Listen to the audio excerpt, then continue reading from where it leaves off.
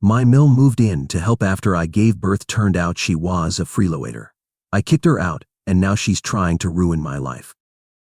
I'd been with my hubby for 6 years, married for 3, and about a month ago, I gave birth to our little girl. My husband's in the military, so he shipped out shortly after our daughter was born and won't be back for a few months. I was bummed he had to leave so soon, especially since he was only around for the last couple weeks of my pregnancy. But duty calls, and I'd never stand in his way. He left Carla with me, which I thought was a godsend at the time. Before he left, the 3 of us had a sit down, and we all agreed that Carla would stay with me instead of heading back home. I was pretty stoked because I don't really know anyone around here. We moved, I got knocked up like a few weeks later, so I didn't get a chance to make friends. Plus, my best friend since childhood lives across the country, and while we talk almost every day, it's not the same as having someone here. But things started going sideways after my husband left. Carla turned into a total freeloader. For the first few days, I was so sleep-deprived and overwhelmed that I barely noticed. Then it hit me. I was doing most of the housework and taking care of the baby. Carla'd just camp out in the guest room, yapping on the phone all day, only emerging for meals to tell me how great a cook I was before disappearing again. It was like she expected a 5-star hotel experience, complete with maid service. It didn't help that my neighbor, some young dude who inherited his aunt's house, decided to take up the piano and practice at all hours. I swear, his playing was so bad it could curdle milk. I used to complain about it to my husband before he left, and honestly, it was a small blessing when he deployed, just to get away from that noise. During our pre-deployment powwow, my husband and I figured Carla would help out around the house. But here I was, doing double duty because she refused to lift a finger. After 2 weeks, I finally confronted her. She claimed she was waiting for me to tell her what to do, which is the dumbest thing I'd ever heard. I mean, she has eyes, right? She could see I was drowning. This woman raised 2 kids of her own, including my husband. Surely she remembered what it was like having a newborn.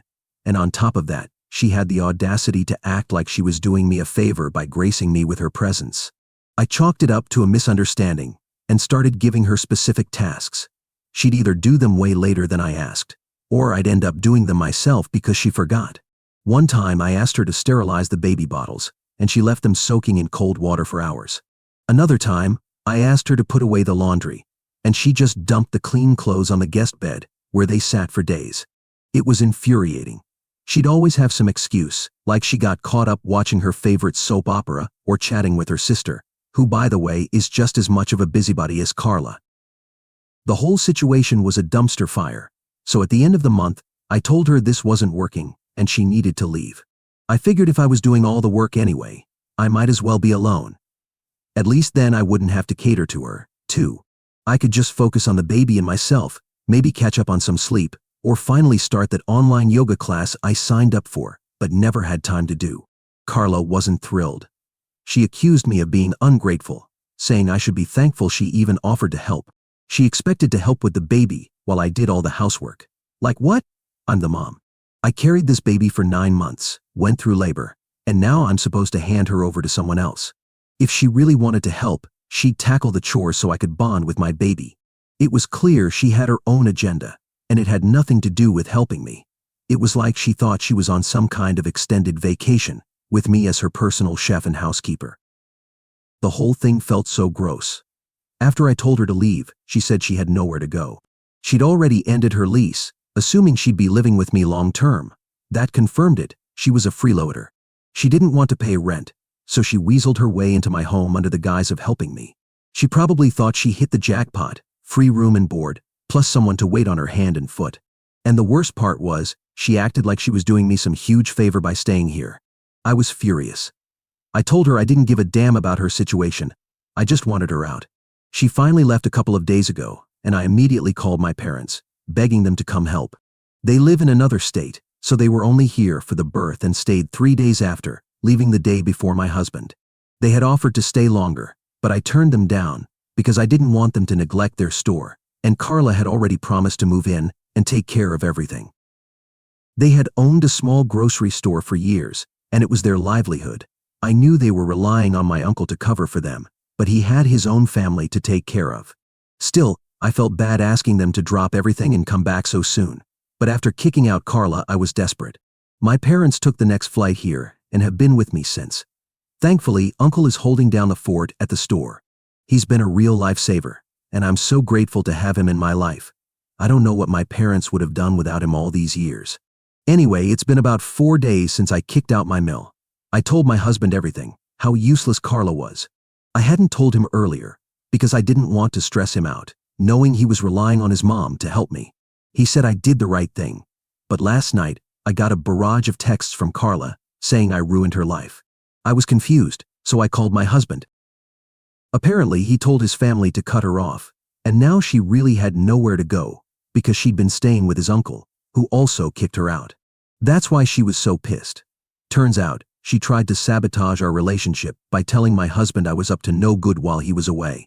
She told him I was having an affair with a next-door neighbor, suggesting he get a paternity test and come back ASAP because she wasn't sure the baby was his. She also claimed she left because she found out about the affair, and I kicked her out to cover my tracks before my husband found out and left me. These were some seriously messed up lies, meant to destroy my marriage. Thankfully, my husband didn't fall for it. I'm so relieved he didn't even need to confront me to know it was BS. I complained about him to my husband when I first moved in, so if Carla really knew me, she'd have picked someone else to be my supposed lover. Plus, the guy is a total slob. He leaves his trash cans out for days, and his lawn is always overgrown. There's no way I'd be attracted to someone like that, even if I were the type to cheat, which I'm not. After Carla's call, my husband called his family, told them everything, and said he didn't want anyone talking to Carla. If they did, we'd cut them off. He gave them an ultimatum, and it worked. Now nobody's talking to Carla, and even her own brother kicked her out. After our talk last night, I thought she deserved it and blocked her. But in her texts, she accused me of ruining her life. This morning she showed up at my door, demanding I let her in. She said I was the reason she lost her home, and she needed a place to crash for a few days before finding an apartment nearby. She wanted to visit on weekends to see her granddaughter, regardless of our issues. I told her that after what she did, she wouldn't even get to see her son when he came back, and she needed to leave before I called the cops. But she refused, throwing a tantrum like a child, stomping her foot, and yelling that it was unfair we expected her to do chores instead of playing with the baby. When we discussed this, we were clear we'd split chores, with her taking on the time-consuming tasks, and I'd care for the baby. She made her own assumptions and ended her lease without talking to us. How is this our fault? And 49 isn't that old. If she felt that old, she shouldn't have offered to help. Things got heated, and the argument got nasty. She tried to force her way in with her bags, and I had to slam the door after a lot of effort. I mean, she tried to ruin my marriage while I was caring for our 1-month-old, but maybe I do owe her somehow. After I shut the door, she started crying, saying she had nowhere to go and didn't want to waste money on hotels. She begged me to forgive her, saying she needed someone. I almost gave in, because I'm still emotional from giving birth, but my parents told me not to. They said she already tried to ruin my marriage, and I shouldn't let her back in. We ignored her until she left, and now I feel bad. I could have let her stay for a few days. My husband and parents say I did nothing wrong, but I'm not sure. So, IDA for not letting my mill move in after she was cut off by her family because of our fight. Eat it, my Phil isn't around. He passed away a few years ago. My husband has been supporting his mom since. Her husband didn't leave her much because he died after a long illness, so most of his money went to healthcare. He left her their house, which she sold to move into a small apartment. But she ended that lease, too. My husband has been sending her money, and she's lived comfortably. But now that he's cut her off, I don't think he'll send her money. I hope she saved enough from the house sale to live on her own, or she'll be in trouble financially. Update 1. Hey everyone, things have been pretty chill lately. Haven't heard from Carla since she left the other day. It's been 3 whole days, and I was starting to think maybe she learned her lesson and was gonna stay away for good. But that was just wishful thinking, I guess. I mean, she was bawling her eyes out, and she's not exactly the type to just roll over and give up. Plus, like I said before, she's always been a bit of a busybody. So, yeah, she somehow managed to get some of my husband's family on her side, and now they're coming after me. It's mostly just a bunch of old ladies around her age, her little gossip circle. You know, the ones who think every word that comes out of her mouth is gospel. It's basically just a couple of women from my husband's family who sit around with her and trash talk everyone at every family gathering. So naturally, they're taking her side in all of this.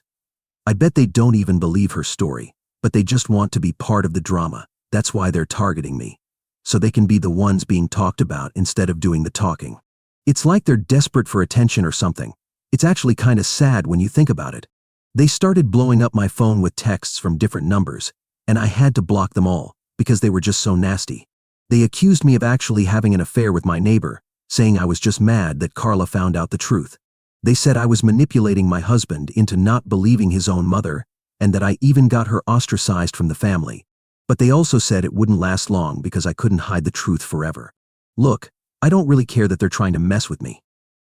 But the fact that they're trying to trash my character like this really pisses me off. I talked to my husband about it, and he said he's going to try to do something, but I know he can't. He's already done what he could by telling his family not to talk to Carla, but this is out of his control. These women have made it clear they're on Carla's side, and I just have to ignore them. It's just that I'm so emotional right now that everything is getting to me, and I hate it. I can't help it. My parents are here for me, and my husband said he'll try to visit ASAP. Until then, I just have to keep ignoring these people and not let it get to me. I know my truth, and I know who I am, so I'm just trying to keep my head cool. Update 2. Okay, so I just realized something weird has been going on. It's been a week since my last update, and for the past 4 days, I haven't gotten any texts or anything from Carla and her crew. So, I'm starting to think they might have finally given up on trying to get under my skin. Honestly, it's a relief. I was starting to get used to the constant harassment, but it was still draining. The last few texts I got from her and her friends were on social media. They were saying they were going to make sure the truth came out and that they were going to talk to my neighbors to expose me as a horrible person and reveal how long the affair had been going on. In their minds, they were totally convinced it was real. Bless their delusional hearts, seriously. They seemed so sure of themselves, it was almost comical. I wasn't really threatened by any of it because, well, I know the truth. And after talking to my husband, who told me not to worry about it, he believed me 100%, and nothing would change that. I knew I had nothing to worry about. It was reassuring to know that he had my back, no matter what. He's always been my rock, and this whole situation just proved it even more. My husband also talked to the rest of his family, and they reached out to tell me they had also cut ties with the women siding with Carla. They were fully on my side, and I felt really good about it all. It was like a weight had been lifted off my shoulders. I finally felt like I could breathe again, like I could just focus on my baby and my life without this constant drama hanging over me. After I found out that Carla and her so-called friends had been cut off too, they stopped texting me. I guess they realized nothing good would come of it, and the drama wasn't worth it. Maybe they finally realized they were fighting a losing battle. Or maybe they just got bored and moved on to some other poor soul to harass. Who knows? So, the very last text I got from any of them was 4 days ago. Then, in the evening, I got a really short email, probably from Carla. She said she found an apartment and was going to make me suffer for ruining her life and making her family hate her. She called me a lazy cow and said she didn't know why her son chose someone disgusting and ugly over his mother. But she was sure it wouldn't last, and said she was already looking for new people to replace me since my only duty to my husband was done and he could move on to better pastures. So, she really believed that just because I had a baby and gained some weight, my husband would leave me. It was all pretty unhinged. First, I was the cheater, and now she's going to make sure my husband cheats on me. It's just confusing. Anyway, I blocked that email address, and after that, I didn't hear from her. It was a bit confusing for a couple of days, but now I feel much better, not having to worry about her bothering me again. Update 3. I guess I celebrated too soon. Just 2 days ago, I was talking about how I thought Carla and her friends had finally decided to leave me alone. And today, they all showed up at my place and tried to bully me, but it didn't end well for them. So a couple of hours ago, the doorbell rang several times. When I checked, Carla and all her friends were outside. There were about 6 of them, and they looked like they meant business. I immediately told them to leave through the intercom, or I'd call the cops. I was mostly worried about my baby. I'd just put her to sleep, and she'd been fussy all day. I didn't want to wake her, and I knew if they were all here, there'd be fighting and arguing, and I didn't need that. I told them to leave and was about to go back to my room to get my phone, when one of them had the bright idea to pick up a rock from the lawn and throw it at the window. It came crashing in, and there were pieces of glass all over my living room floor. I was shocked, and soon enough, the other women followed suit. They all started throwing rocks through the window. I had to hide behind the couch because I was scared for my life and didn't want to get hurt. We have small decorative rocks in the garden bed, so there were a lot they could throw. I couldn't even go back to my room to get my phone because any movement while they were throwing rocks could lead to me getting injured. Even when my parents showed up to check out what was going on, I had to tell them to leave and go to the nursery and make sure that my daughter was fine, because that's all that I really cared about. This went on for almost 2 whole minutes, and by the end of it, my living room floor was completely strewn with bits of glass and rocks. It looked like a war zone. I didn't even have the courage to walk across the floor and go to my room because I was wearing just socks, and there was no way I could get to my room without having to walk, so I just stayed behind the couch and was literally crying because I was so scared. And then things went from bad to worse.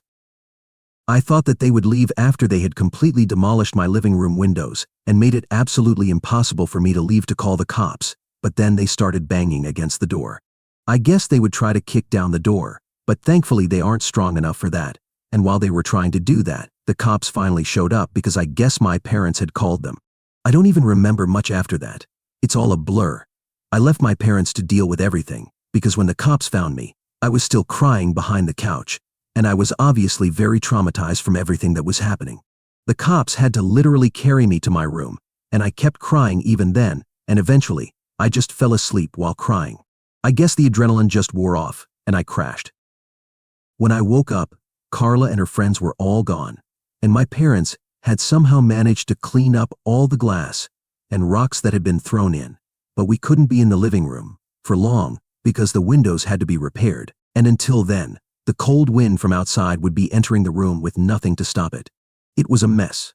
After I woke up, they told me that they were the ones who had put me to sleep, and I didn't remember it, but my mother had sat beside me while my dad dealt with the cops and pressed charges against Carla and her gang who had harassed us. They were furious. I've never seen my dad so angry. He's usually such a calm and gentle guy, but this really pushed him over the edge. They also told me that my daughter had woken up and had been crying because of the noise and rocks being thrown at the windows and crashing and stuff, but after I fell asleep, even she did. The last couple of hours after I woke up, I had been spending every single second with her, and I haven't even let her out of my sight for even 1 second. I just needed to hold her, to know that she was okay. My dad told me that he was going to have everything repaired and the living room would be back in use in a couple of days, so I didn't need to worry about that, and he had also spoken to my husband, and he was coming back this weekend itself so that he would be there for me. He sounded so worried on the phone. I could hear the fear in his voice. I'm so grateful that my parents were here with me throughout this ordeal, because I can't imagine having to deal with all of this alone. I just really can't. Today has been an incredibly scary day, and I spoke to my husband just now. He was very concerned about me, and he told me that he has spoken to a lawyer, and he's going to get it arranged for us to file a restraining order against Carla and her cronies. He's taking this very seriously, thank God. Of course, it's unlikely we will have to see them again, because they will probably never be invited to any family event ever again, and might even end up behind bars for a couple of months. I really hope that it's true, because I don't even want to see these people again. I don't know what they were thinking or hoping to accomplish with the stunt that they pulled off today, but it's clear to me that they are psychotic and unhinged, and I just never want to run into them ever again. Update 4. Hello, I'm back here again. It's been several weeks, but this update has been long overdue. I got really busy with taking care of my baby, and I also had to go back to work. I'm working from home, but it still keeps me very busy. But there have been a considerable number of changes since my last update. Life has been, well, it's been a lot. First of all, my husband quit his job and decided to move back in with us on a more permanent basis because he said that he didn't want to lose out on spending time with his baby girl when she was so little. So he's going to try and build something of his own, and that's going to take a lot of work. But for now, he's just enjoying being a stay-at-home dad, and I couldn't be happier for him. It's been amazing having him home. He's such a natural with the baby, and it's like a weight has been lifted off my shoulders. I didn't realize how much I was missing him, how much I needed him here, until he was actually here. I make enough for both of us, so I'm not worried. And my parents have also said that they'll help us out if we need it until he's able to get back on his feet, and are even going to invest in whatever he decides to start. We also have savings to rely on, so money-wise we're doing pretty well. We're lucky, I know. Not everyone has the kind of support system we have, and I'm so grateful for it. My parents finally went back home a couple of weeks ago, but we have stayed in touch, and we video call almost every day because they really miss their granddaughter, and I can understand that. It was hard saying goodbye to them, but I know they'll be back soon. And honestly, it's been nice having the house to ourselves again, just the three of us. And now, what happened to Carla and her friends who had messed me up really good the last time that I had talked about her here? So, all of them are serving time in prison and will be there for the next 3 months.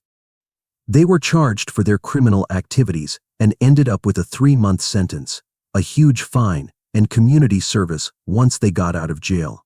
Obviously, they had to also pay damages for my windows, and I was able to get a restraining order against all of them as well. It's a relief, to say the least. I finally feel like I can breathe easy, like I don't have to look over my shoulder all the time. Thankfully, it seems very unlikely that after this, we will ever have to see them again, and I'm really grateful for it. Now it's just going to be my husband, me and our daughter, and I'm really looking forward to the next couple of months, because this is what I have been missing for so long. This is what I always wanted, a happy, peaceful life with my little family. And now, finally, it feels like we're on the right track.